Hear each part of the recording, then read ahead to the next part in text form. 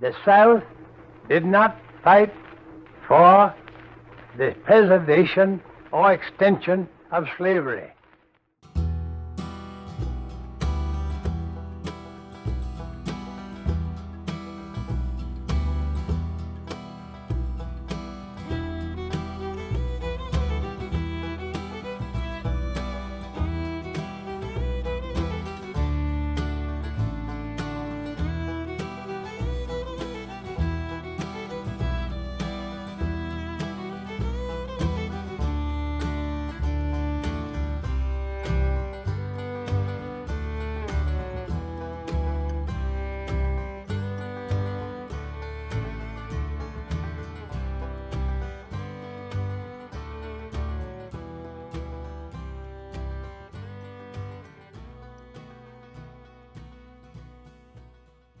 I was born on the 17th day of January, 1846. I go back as far as way along the early 50s. My first recollection of public living, and especially political living, as I may call it, was when I learned as a boy of 9 or 10 that my home was in the state of Virginia. I didn't know about states before that time. Then time passed pretty rapidly because I was attending high school, and I remember distinctly the occasion when John Brown, the poor man, sought freedom for the slaves. He's there in my state. I heard about it pretty distinctly.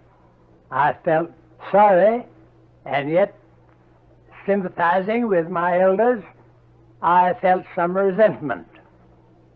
Now, while some in my section, Southeast Virginia, I knew of some brutality, as I call it, exercised toward some of the Negro slaves, as a whole, the Negroes got along very well. Now, my father's Negroes, why, I associated with them.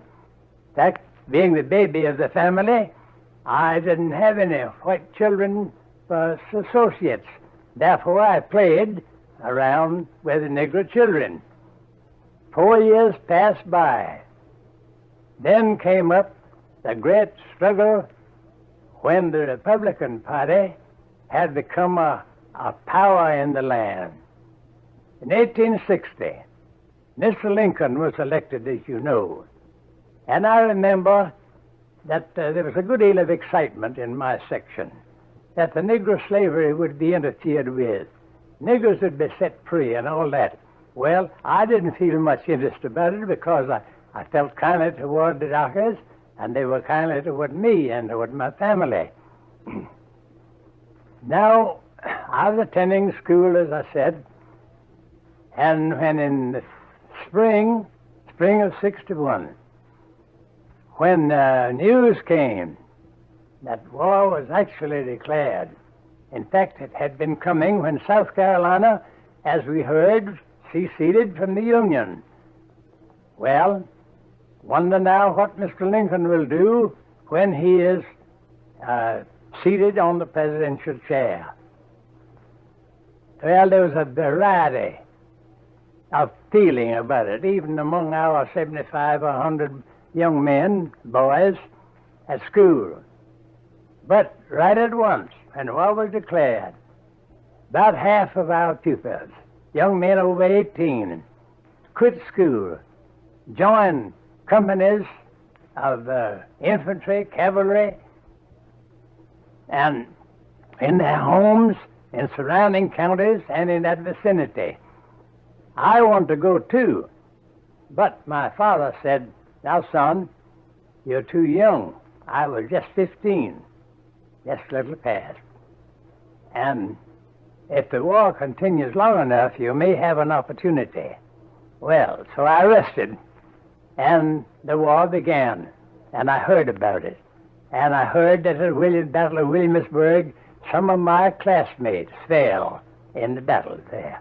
Well, I grieved about that because they were boys that I'd been brought up with. They were a little older than I, but I felt sorry that they were killed. Then In '62, although General Lee had still a pretty good army, he began to need more men, naturally. Although the big battles, or the largest battles, had not come yet.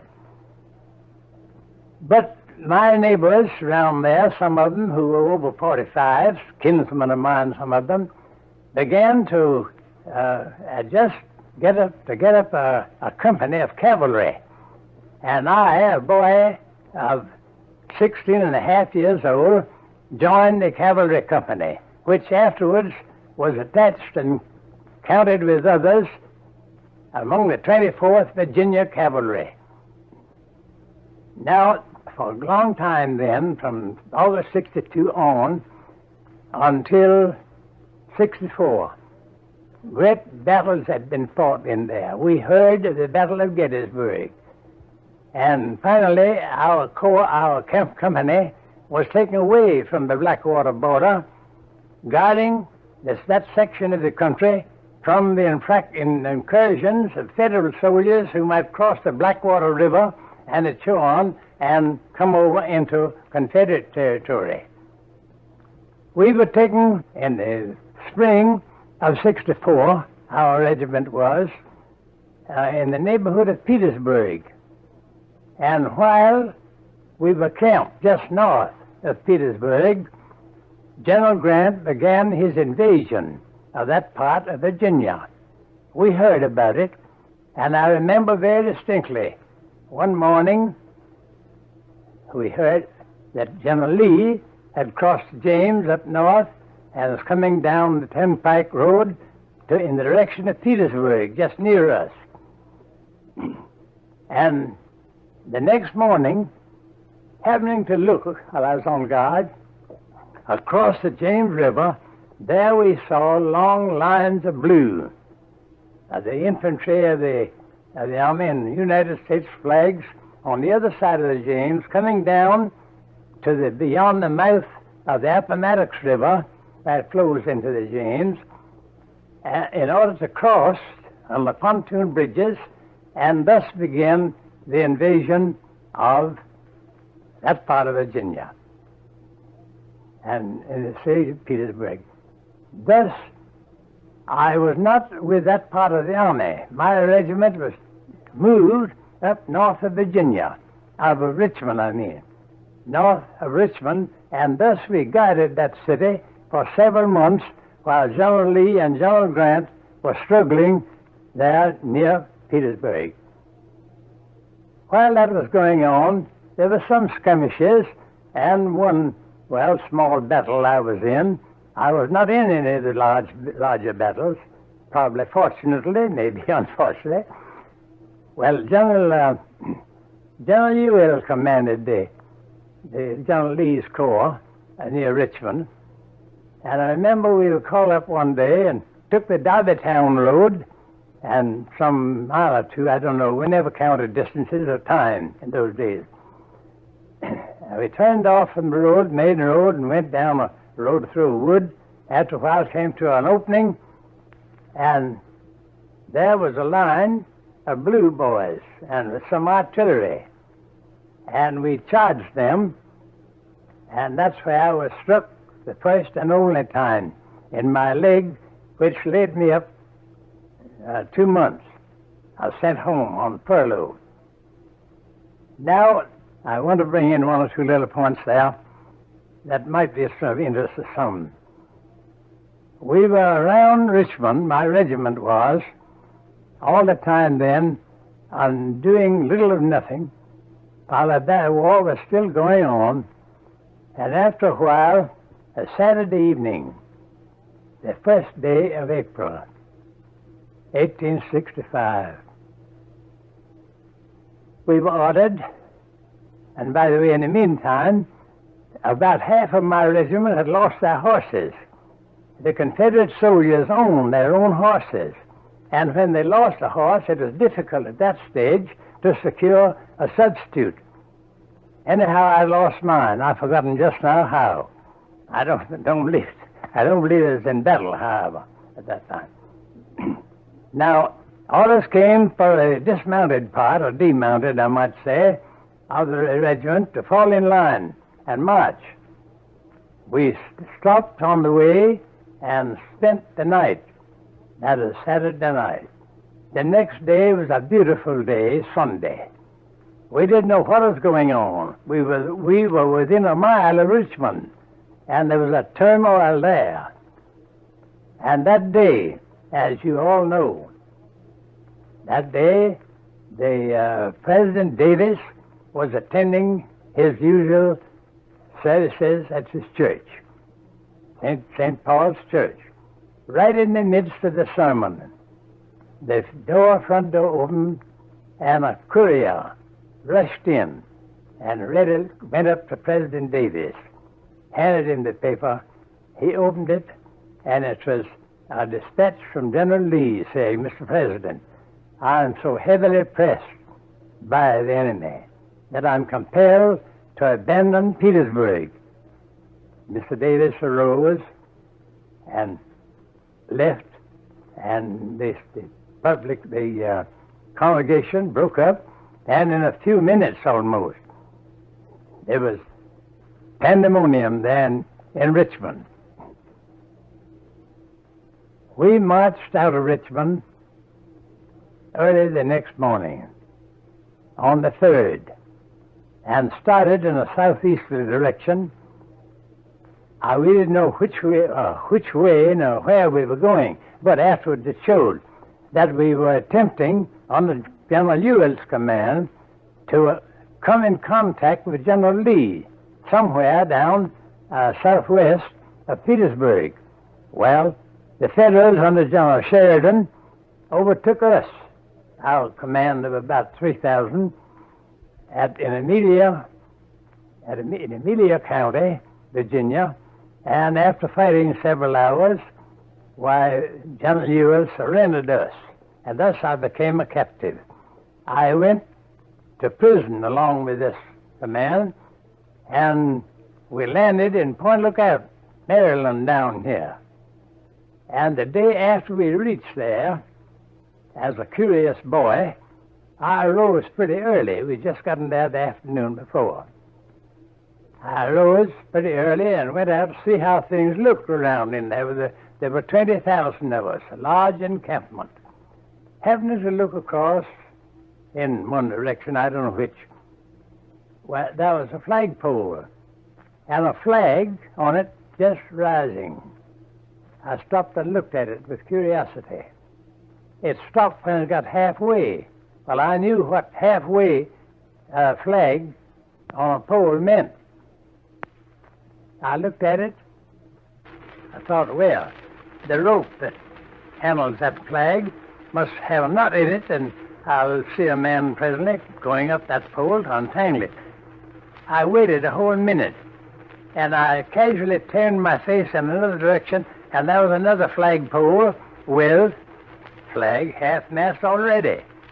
So I put my head in the tent. There were 5, 6 others of us. I was, boys, there must be some big Yankee dead. I wonder who it can be. Of course, we had no means of knowing. And then we waited for about an hour. The sergeant blew a bugle. We, 150 of my company, fell in, and as soon as he finished calling our names, a number of us rushed up and said, "Sergeant, what does the half flag mean?" His face fell. He says, "President Lincoln was shot last night." Well, the feeling, the variety of feeling that came over us 20,000 men in just that one. Of course, there were several other prisoners, as you know. But as for me, and a boy, just 19, I didn't know what to think. I couldn't feel any hatred toward Mr. Lincoln, especially. I didn't feel any special hatred toward any Federal soldier. And when I began to think how kindly General Grant afterwards, on the 9th, acted toward General Lee, I felt kindly toward him. Now, comes up the question of what we Southern soldiers fought for. My friends, as a boy of 16 and a half years old, I didn't think about any abolition of slavery. My mind wasn't developed enough to take in what the politicians had in mind, and hence there was no trouble as to the freedom of the slaves. About half of the Negroes, my father the Negroes, left and went to Norfolk to be under, as they considered, protection, but another half, 40, 50 of them, remained there and cultivated the crops until after the war. The South did not fight for the preservation or extension of slavery. General Lee, as is well known, was making arrangements to free his Negroes, and his father-in-law had already drawn up a part of his will, free his Negroes. My friend, it was a great curse on this country that we had slavery, and I thank God that I did not bring up my boys and girls under a system of slavery under which I was brought under. What did you boys fight for then? Here's what a great many people do not know. That as a young man that way I couldn't understand it fully. But I look back now and see my part in it and saw what we struggled for, and that was for states' rights. For states' rights. And as many of you know, immediately after the war, the rights of the various states, well, especially in the South, were very much curtailed, if I may use that word. And since then, I have noticed, you let things come up that encroach on the ordinary states' rights, which we have preserved, and we find that the North, the boys that wore the blue, are with us in preservation of the states' rights.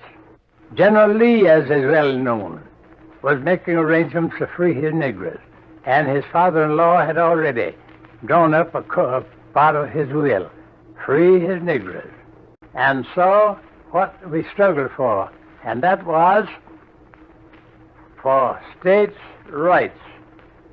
For states' rights. And as many of you know, immediately after the war, the rights of the various states, well, especially in the South, were very much curtailed, if I may use that word. The South did not fight for the preservation or extension of slavery.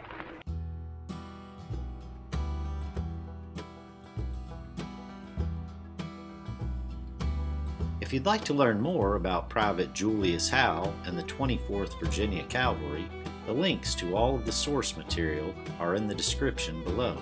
If you enjoyed today's video and would like to see more content like this, be sure to hit the subscribe button and ring the notification bell to stay up to date with the latest BirdDogg videos.